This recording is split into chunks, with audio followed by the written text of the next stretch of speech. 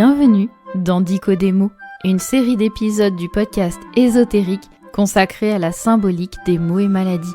Votre corps vous parle, et grâce à ces épisodes, vous comprendrez enfin ce qu'il essaie de vous dire. J'espère que cet épisode vous plaira, car aujourd'hui, nous allons parler du torticolis. Je vais réveiller en vous un souvenir peu agréable. Vous vous couchez le soir, confiant, léger, la nuit est douce, le soleil se lève, vos yeux s'entr'ouvrent, les oiseaux chantent. Et puis tout à coup, oui, une douleur fulgurante d'un côté du cou, votre tête est bloquée, vous peinez à vous lever, et vous voilà embarqué dans une souffrance qui durera certainement plusieurs jours. Aujourd'hui, nous allons donc parler du torticolis, qui est une contracture douloureuse des muscles du cou, impliquant le plus souvent le muscle sterno-cléido-mastoïdien.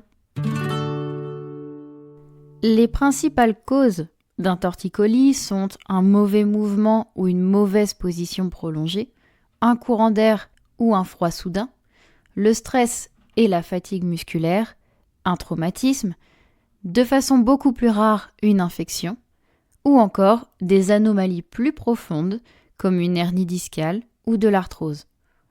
Le torticolis est généralement bénin. Néanmoins, si vous présentez une fièvre et ou des maux de tête, consultez un médecin sans attendre. Le torticolis provoque une douleur aiguë, donc d'un côté du cou, une raideur et une limitation caractéristique des mouvements de la tête. Celle-ci peut même se figer temporairement dans une position penchée ou tournée. Parlons brièvement du rôle des muscles dans le corps. Tout d'abord, le mot muscle vient du latin musculus, qui signifie petite souris.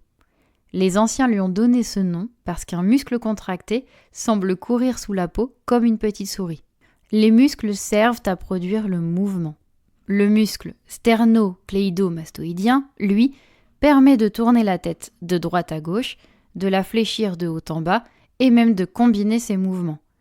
Quant au mot cou, il désigne tout simplement ce qu'il décrit, le cou, la nuque, la gorge, mais aussi il fait référence au col d'un vêtement.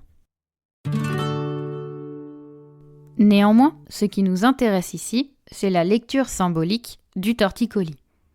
Plusieurs points importants. Le cou est la partie du corps qui relie la tête, le siège de la pensée, au reste du corps, notre capacité d'action.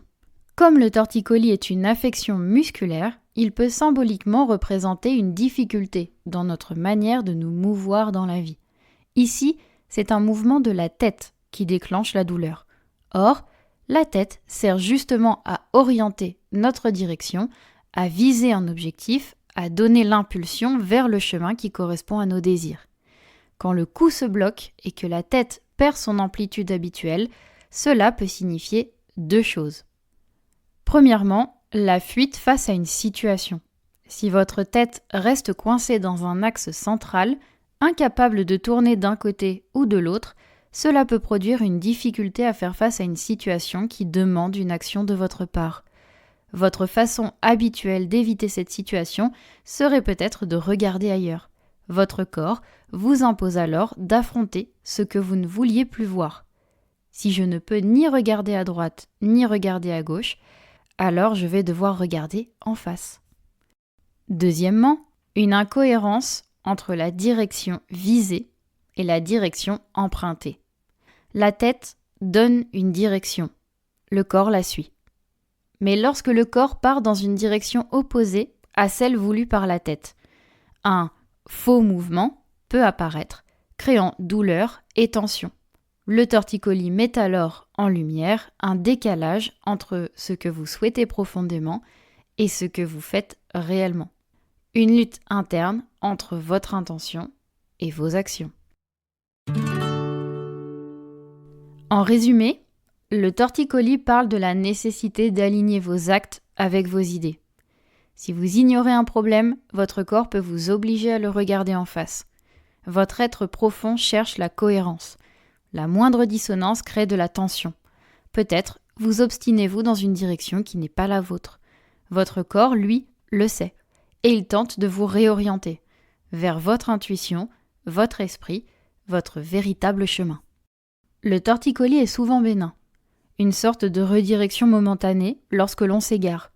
Si sa cause est liée à une pathologie sous-jacente, il faudra alors se pencher sur la symbolique de cette dernière pour comprendre ce que votre corps exprime depuis les premiers symptômes.